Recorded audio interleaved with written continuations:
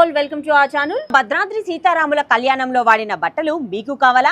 అయితే video skip చేయకుండా last వరకు చూడండి. సీతారాములకు భక్తులు సంతోషంతో దుస్తులు కానుకలు సమర్పించుకుంటూ ఉంటారు. మనందరికీ తెలుసు దేవుడి కుంకుమ చందనాన్ని మహాప్రసాదంగా దాచుకుంటాం. అలాంటిది మనం కొలిచే దేవుడిపై వేసిన బట్టలు ఇలా దొరుకుతుంటే ఎవరు కాదంటారు?